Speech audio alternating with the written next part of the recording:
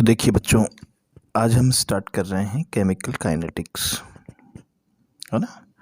तो chemical kinetics को समझने से पहले मैं आपको तीन चीज़ें बताऊंगा। देखिए, एक तो होती है रेट ऑफ रिएक्शन।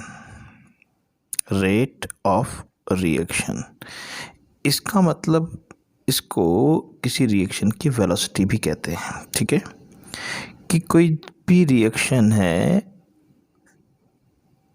ये किस वेलोसिटी से हो रही है, यानी पर सेकंड कितना रिएक्टेंट प्रोडक्ट में कन्वर्ट हो रहा है, वो होती है रेट ऑफ रिएक्शन। ठीक है, एक होता है factor affecting the rate of reaction. इस रिएक्शन की, जैसे मान लीजिए कोई रिएक्शन है, ए रिएक्टेंट है, बी प्रोडक्ट है, ए से बी में कन्वर्ट हो रहे हैं, ये रिएक्शन है। तो इसकी जो वेलोसिटी है वो किन किन फैक्टर्स पे डिपेंड करती हैं। ठीक है, और तीसरा होता है मैकेनिज्म ऑफ द रिएक्शन। ये रिएक्शन किस तरह से हो रही है, इसका कंप्लीट मैकेनिज्म क्या है। ठीक है, इन तीनों बातों का जो स्टडी है, rate of reaction, factor affecting the rate of reaction, mechanism of the reaction, इन तीनों की स्टडी केमिस्ट्री की जिस ब्रांच में होती है उसको कहते हैं केमिकल काइनेटिक्स। तो देखिए, केमिकल काइनेटिक्स की जो डेफिनेशन बन गई, the branch of chemistry which deals with the study of the speed or the rate of chemical reaction, the factor affecting the rate of reaction, and the mechanism by which the reaction proceed is known as chemical kinetics. अब सबसे पहले हम बात करते हैं rate of reaction की। तो बेटा, इससे भी मैं समझाने के लिए, देखिए, सबसे पहले मैं आपको एक इसमें रिएक्शन का एक एग्जांपल देता हूँ कि जिससे आर है वो प्रोडक्ट में कन्वर्ट हो रहा है। आर मतलब रिएक्टेंट, पी मतलब प्रोडक्ट। ये कोई केमिकल रिएक्शन है। ठीक है, अब पर सेकंड देखिए, जैसे जैसे टाइम बढ़ेगा, जैसे जैसे टाइम बढ़ेगा रिएक्टेंट की कंसंट्रेशन हमेशा डिक्रीज होती जाएगी। ये डिक्रीज होगी, और जैसे जैसे टाइम बढ़ेगा प्रोडक्ट की कंसंट्रेशन हमेशा इंक्रीज होगी। ये कंसंट्रेशन रिएक्टेंट की, ये कंसंट्रेशन प्रोडक्ट की। ठीक है, तो ये तो डिक्रीज होगी और ये इंक्रीज होगी। तो पर सेकंड, एक सेकंड में कितना रिएक्टेंट की कितनी कंसंट्रेशन कम हो रही है, या एक सेकंड में प्रोडक्ट की कितनी कंसंट्रेशन इंक्रीज हो रही है, उसको रेट ऑफ रिएक्शन कहते हैं। तो इसकी डेफिनेशन क्या बन गई? Change in concentration of reactant or product in per unit time is called rate of reaction। ठीक है, कि पर सेकंड, एक सेकंड में रिएक्टेंट या प्रोडक्ट की कितनी कंसंट्रेशन चेंज हो रही है, उसे बोलते हैं रेट ऑफ रिएक्शन। तो इसको देखिए, इस रिएक्शन के उसमें देखें तो इसका रेट ऑफ रिएक्शन क्या हो जाएगा? Rate of reaction is equals to minus delta R upon delta T. ये माइनस साइन इस बात को कह रहा है, इस बात को बता रहा है कि रिएक्टेंट की जो कंसंट्रेशन है वो रेगुलर डिक्रीज हो रही है। या इसको ऐसे भी लिख सकते हैं, plus delta P upon delta T. ये प्लस साइन इस बात को बता रहा है कि रेगुलर प्रोडक्ट की जो कंसंट्रेशन इंक्रीज हो रही है। देखिए बेटा, इसको एक रिएक्शन से और बताता हूँ। अगर मान लीजिए किसी रिएक्शन में नंबर ऑफ मोल्स एक से ज़्यादा हो, जैसे 4A गिव्स 3B + C, ऐसे में हम कैसे इनके जो है रेस्पेक्ट में कैसे समझाएंगे, तो इनके रेस्पेक्ट में ROR जो है अगर ए की रेस्पेक्ट में देखें तो हो जाएगा -1/4 delta A upon delta T, और ROR अगर बी की रेस्पेक्ट में देखेंगे तो +1/3 delta B upon delta T, और अगर रेट ऑफ रिएक्शन सी के रेस्पेक्ट में देखेंगे तो delta C upon delta T.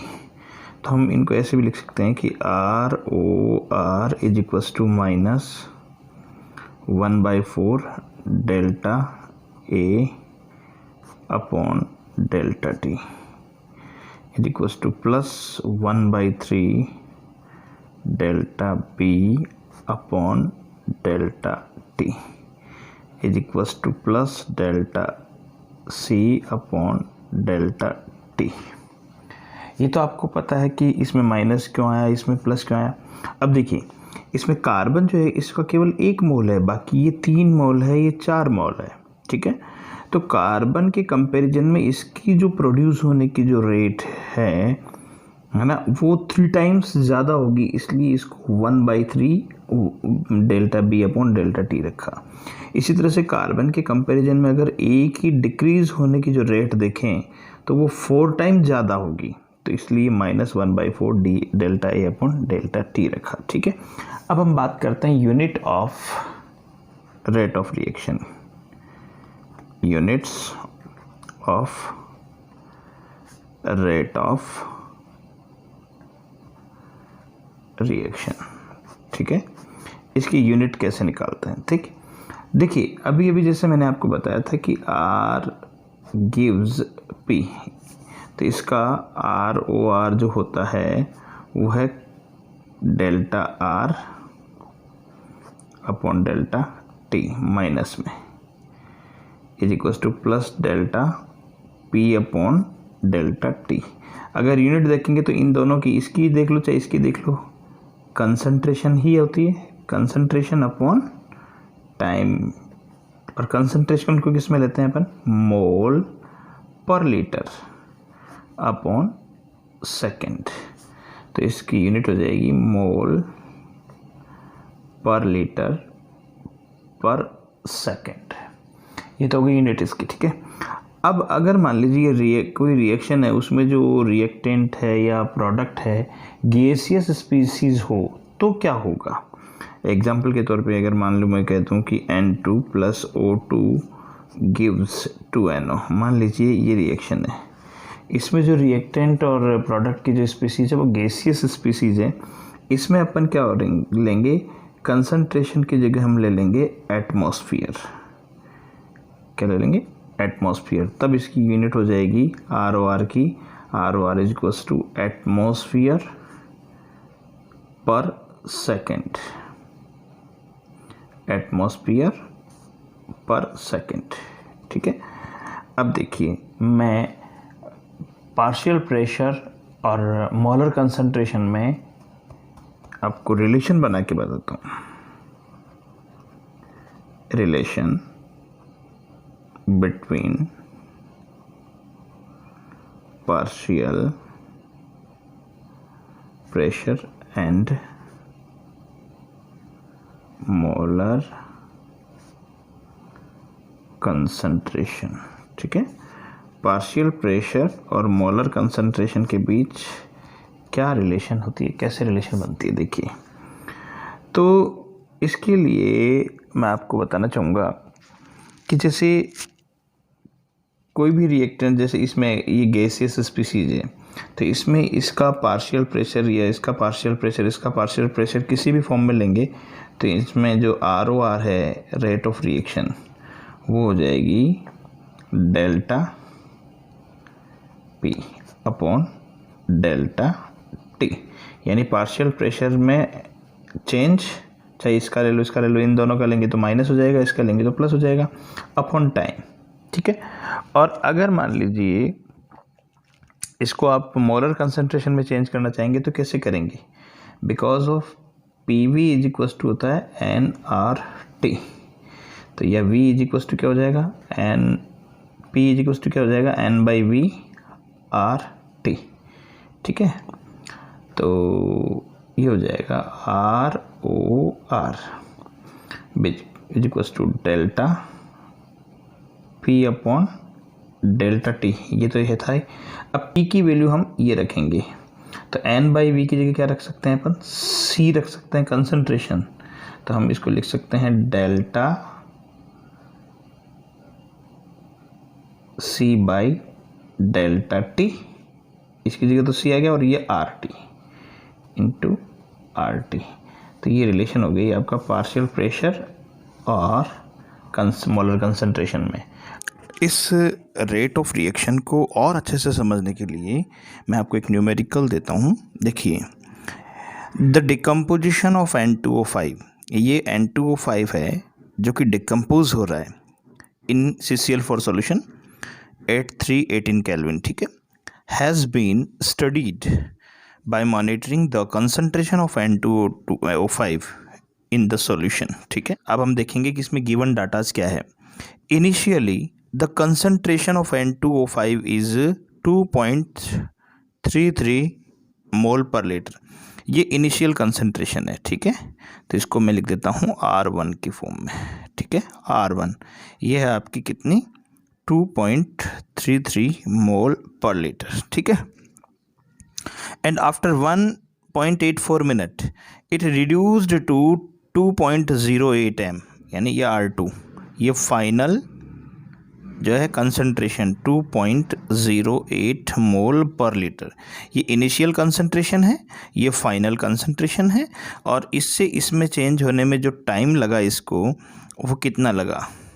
ठीक है, इनिशियल टाइम तो आपका हो गया 0 और फाइनल टाइम हो जाएगा आपका, यहाँ तक आने में टाइम लगा इसको 1.84 मिनट। ठीक है, मिनट। अब हम देखेंगे आगे क्या दे रखा है, reaction takes place to the equation. इसकी रिएक्शन की इक्वेशन ये है, इक्वेशन में यहाँ लिख देता हूँ, 2N2O5 gives 4NO2 plus O2। ठीक है, calculate the average rate of reaction in term of, देखिए एक तो पर आवर की टर्म में निकालना है आपको, एक पर मिनट की टर्म में और एक पर सेकंड की टर्म में, इन तीनों टर्म्स में निकालना है। And what is the rate of production of NO2 during this reaction, इस NO2 के बनने की जो रेट है, प्रोडक्शन की रेट है, वो भी हमको कैलकुलेट करनी है। तो सबसे पहले इसमें निकालेंगे अपन ROR, तो ROR is equal to -1/2 delta N2O5 upon delta T is equal to plus 1/4 delta NO2 upon delta T is equal to plus delta O2 upon delta T। देखिए, अब इसके अकॉर्डिंग हम इससे भी हम रेट ऑफ रिएक्शन निकाल सकते हैं, इससे भी निकाल सकते हैं, इससे भी निकाल सकते हैं, लेकिन हमें इस इक्वेशन में कौन सा यूज़ करना है, ये करना है, क्योंकि N2O5 की कंसंट्रेशन में जो चेंजेस है वो दे रखे हैं। अब हम देखेंगे कि इसमें डेल्टा N2O5 कैसे कैलकुलेट करेंगे हम, यानी कि final concentration minus initial concentration, ऐसे करेंगे अपन। तो फाइनल कंसंट्रेशन तो कितनी है, 2.08 माइनस इनिशियल कंसंट्रेशन आपकी है 2.33 है, तो इनिशियल कंसंट्रेशन है 2.33 मोल पर लीटर, ये हो गई आपकी इसकी यूनिट। अब देखिए ROR इसमें वैल्यू पुट करते हैं 1/2 इंटू, अब ये वैल्यू पुट कर देंगे यहाँ पे 2.08 minus 2.33 upon time taken, time change जो है वो कितना हो जाएगा, T2 minus T1, initial time is equal to final time minus initial time, तो ये हो जाएगा 1.84 माइनस 0, तो 1.84 मिनट। ठीक है, तो 1.84 मिनट। इसको अगर हम सॉल्व करेंगे तो इसका आंसर आएगा 6.79 इंटू 10⁻⁻⁴ मोल पर लीटर पर मिनट। अभी मिनट में आया, ध्यान रखिएगा, ठीक है। ओके, ये तो आ गया इसका पर मिनट। ओके, अब हमको निकालना है पर सेकंड। तो इसको नीचे जो पर सेकंड को निकालने के लिए टाइम जो है मिनट में है, इसको 60 से मल्टीप्लाई कर दीजिए। तो ये हो जाएगा -1/2 2.08 -2.33 upon 1.84 into 60 is equal to, ये आ जाएगा 1.13 इंटू 10⁻⁻⁵ मोल पर लीटर पर सेकंड, ठीक है। अब अगर मान लीजिए इसको आपको कन्वर्ट करना है पर आवर में, ठीक है, तो ROR, इसको मिनट को पर आवर में कन्वर्ट करने के लिए अपन क्या करेंगे, 60 से डिवाइड करेंगे, तो ये 60 ऊपर आ जाएगा इसमें। तो -1/2 2.08 -2.33 अपॉन 1.84 इंटू 60। इसको जब हम सॉल्व करेंगे तो आ जाएगा 4.07 इंटू 10⁻⁻² मोल पर लीटर पर आवर, ठीक है। तो ये तो हो गई इसकी rate of reaction in term of per hour, in term of पर मिनट, इन टर्म ऑफ पर सेकंड। ओके, ये पर आवर। अब इसमें एक क्वेश्चन और है कि what is the rate of production of NO2 during this reaction. NO2 यानी कि NO2 की बनने का जो रेट क्या है, तो इसकी रेट ऑफ रिएक्शन के इक्वल ही ये है, यानी ये दोनों हम यूज़ कर लेंगे। इसका डाटा गिवन है, इसका हम कैलकुलेट कर लेंगे। देखिए, ये डाटा तो हमने अभी निकाला ही है और ये पूछा है, और ये दोनों इक्वल है, तो ये इक्वल्स टू ये, यानी कि ये वाला फॉर्मूला हम इसमें रख लेंगे। तो इसका फॉर्मूला ये हो गया -1/2 delta N2O5 upon delta T is equals to 1/4 delta NO2 upon delta T। अब आपको क्या कैलकुलेट करना है, अच्छा इसकी वैल्यू पुट कर दो पहले। तो ये वैल्यू है, ये आपके पास ये तो है ही, तो इसको ऐसे लिख सकते हैं 1/4 delta NO2 upon delta T, और इसकी वैल्यू हमारे पास ये आ रही, ये रही 6.79 इंटू 10⁻⁻⁴ मोल पर लीटर पर मिनट। ओके, अब आपको तो केवल ये कैलकुलेट करना है ना भाई, rate of production of NO2। तो इस 4 को इधर ले आए, तो ये हो जाएगा delta NO2 upon delta T is equals to हो जाएगा आपके 6.79 इंटू 10⁻⁻⁴ इंटू 4 हैं। इसको सॉल्व करेंगे तो आप क्या आ जाएगा 2.72 इंटू 10⁻⁻³ मोल पर लीटर पर सेकंड पर मिनट। अब हम पढ़ रहे हैं रेट ऑफ रिएक्शन को रिप्रेजेंट करने के तरीके। देखिए, इनको दो तरह से रिप्रेजेंट किया जाता है। एक होता है एवरेज रेट ऑफ रिएक्शन और एक होता है इंस्टेंटेनियस रेट ऑफ रिएक्शन, ठीक है। एक होता है एवरेज रेट ऑफ रिएक्शन में क्या होता है कि देखिए R average is equals to change in concentration of reactant or product upon time taken in change, है ना, यानी कि del x upon del T। जो अभी तक हमने पढ़ा कि जो चेंज हो रहा है कंसंट्रेशन में, वो अपॉन चेंज में कितना टाइम लग रहा है, वो इन दोनों का जो रेशियो है वो rate of reaction, average rate of reaction है, जो कि अभी तक हमने पढ़ा है। Average rate of reaction is equals to R average equals to delta x upon delta T। दूसरा होता है इंस्टेंटेनियस।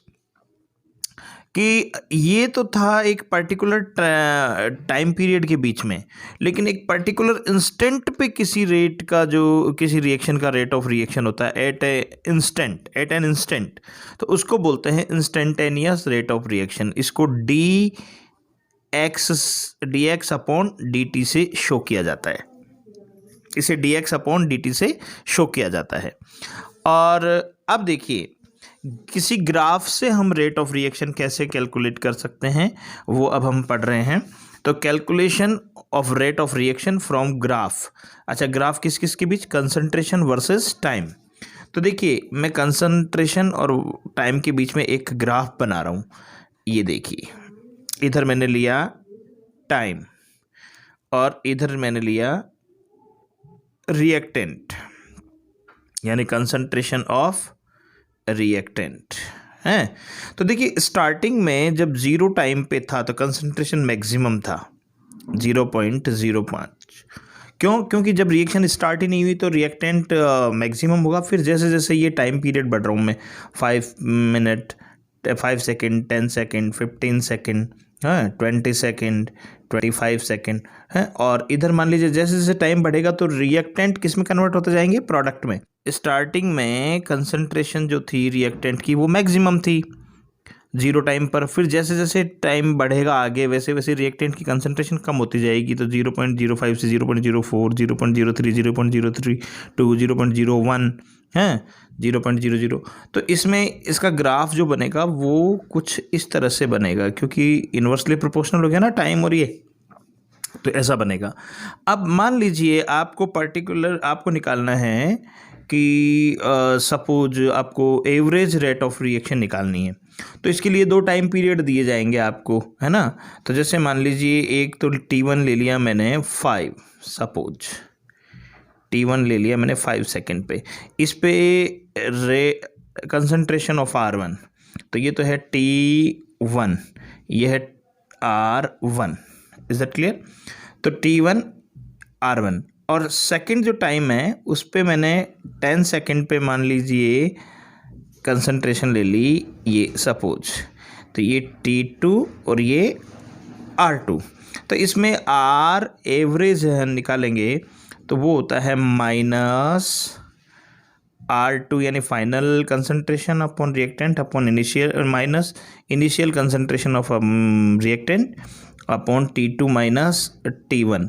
अब देखिए ये हो जाएगा माइनस R2 है ये 0.02 माइनस ये है 0.03 अपॉन 10 माइनस 5 है। अब देखिए इसको ये माइनस में आएगा तो ये हो जाएगा माइनस माइनस प्लस, तो इसको सॉल्व करेंगे तो 0.01 अपॉन 5, ठीक है, ये आ जाएगा एवरेज रेट ऑफ रिएक्शन। यही चीज़ मैंने इसमें इस एग्जांपल से समझा रखी है। देखिए ये ग्राफ बनाया, इधर टाइम लिया, इधर रिएक्टेंट की कंसंट्रेशन ली और ग्राफ बनेगा कुछ यूँ। तो T1 यानी 5 सेकेंड पे इसकी कंसंट्रेशन मान लीजिए 0.03 और T2 यानी 10 सेकेंड पे इसकी कंसंट्रेशन 0.02, ठीक है। तो इसके अकॉर्डिंग हम इसमें वैल्यूज़ पुट करेंगे और ये आ जाएगा। तो इस तरह से हम इसकी rate of reaction, average rate of reaction calculate कर सकते हैं। अगर हम बात करते हैं प्रोडक्ट की फॉर्म में, तो अगर प्रोडक्ट का देखिए 0 टाइम पर प्रोडक्ट बिल्कुल मिनिमम था, 0 ही था, क्योंकि जैसे टाइम रिएक्शन ही नहीं हो रही है तो प्रोडक्ट 0 होगा। जैसे जैसे टाइम इंक्रीज़ हुआ वैसे वैसे प्रोडक्ट इंक्रीज़ होता जाएगा, देखिए यूँ ऐसे। तो इसका ग्राफ बनेगा कुछ इस तरह से। तो इसके लिए आर एवरेज जो है R2 minus R1 upon T2 minus T1, तो del R upon del T. R जो है ना यहाँ प्रोडक्ट की कंसंट्रेशन मान लीजिए, ठीक है। अभी तक हमने ग्राफ से एवरेज रेट ऑफ रिएक्शन को कैलकुलेट करना सीखा था। अब हम बता रहे हैं कि ग्राफ से इंस्टेंटेनियस रेट ऑफ रिएक्शन कैसे कैलकुलेट करेंगे। Calculation of rate of reaction instantaneous, तो वही ग्राफ है, देख लीजिए। इधर मैंने टाइम ले लिया, इधर मैंने रिएक्टेंट की कंसंट्रेशन ले ली और ये एक ग्राफ बन गया। तो इस ग्राफ पर हम एक टेंजेंट लाइन ड्रॉ करते हैं, ठीक है। ये टेंजेंट लाइन ड्रॉ की मैंने, ठीक है। तो इस टेंजेंट लाइन के ड्रॉ करने से इसका जो स्लोप मिलेगा वही इंस्टेंटेनियस रेट ऑफ रिएक्शन होगा। तो R instantaneous is equals to minus D R upon D T is equals to slope, और इसका स्लोप क्या हो जाएगा, परपेंडिकुलर अपॉन बेस, क्योंकि स्लोप होता है टेन थीटा और tan theta is equals to होता है परपेंडिकुलर अपॉन बेस। तो ये तो रिएक्टेंट की फॉर्म में हो गया। प्रोडक्ट की फॉर्म में लेंगे तो इधर मैंने टाइम ले लिया, इधर प्रोडक्ट ले लिया। प्रोडक्ट का ग्राफ जैसे अभी पहले हमने पढ़ा था इस तरह से बनेगा, और इसमें भी हमने एक टेंजेंट लाइन ड्रॉ करेंगे ये, और इससे एक परपेंडिकुलर इस पर डालेंगे इस एक्सिस पे और एक परपेंडिकुलर डालेंगे इस एक्सिस पे, तो ये एक बन गया triangle.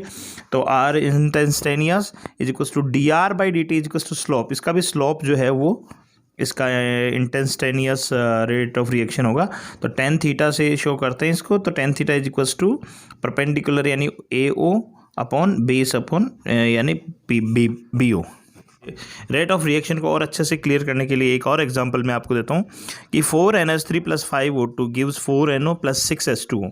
The rate of formation of NO is 3.6 × 10⁻³ मोल पर लीटर पर सेकेंड। ये कोई रिएक्शन है जिसमें इसका प्रोडक्शन रेट दे रखा है, ठीक है।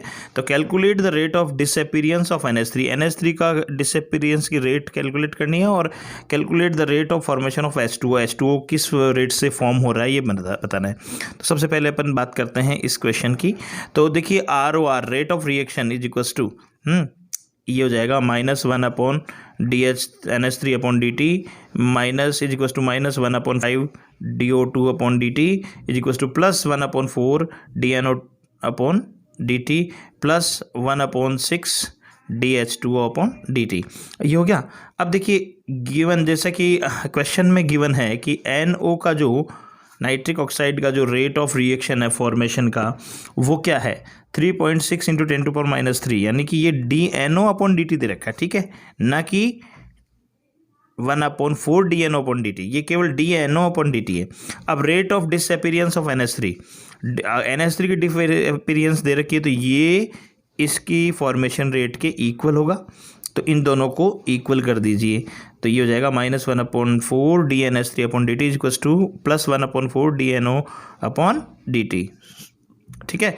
अब ये ये 1/4 से 1/4 कैंसिल हो जाएगा, तो ये इज इक्वल्स टू हो जाएगा, इसको सॉल्व कर देंगे तो ये इसके इक्वल ही हो गया, ठीक है। तो जिस रेट से, क्योंकि दोनों का मोल नंबर सेम है, इसका भी 4 इसका भी 4, जिस रेट से ये बनेगा उसी रेट से ये डिक्रीज होगा, इसमें तो यही हो जाएगा आंसर।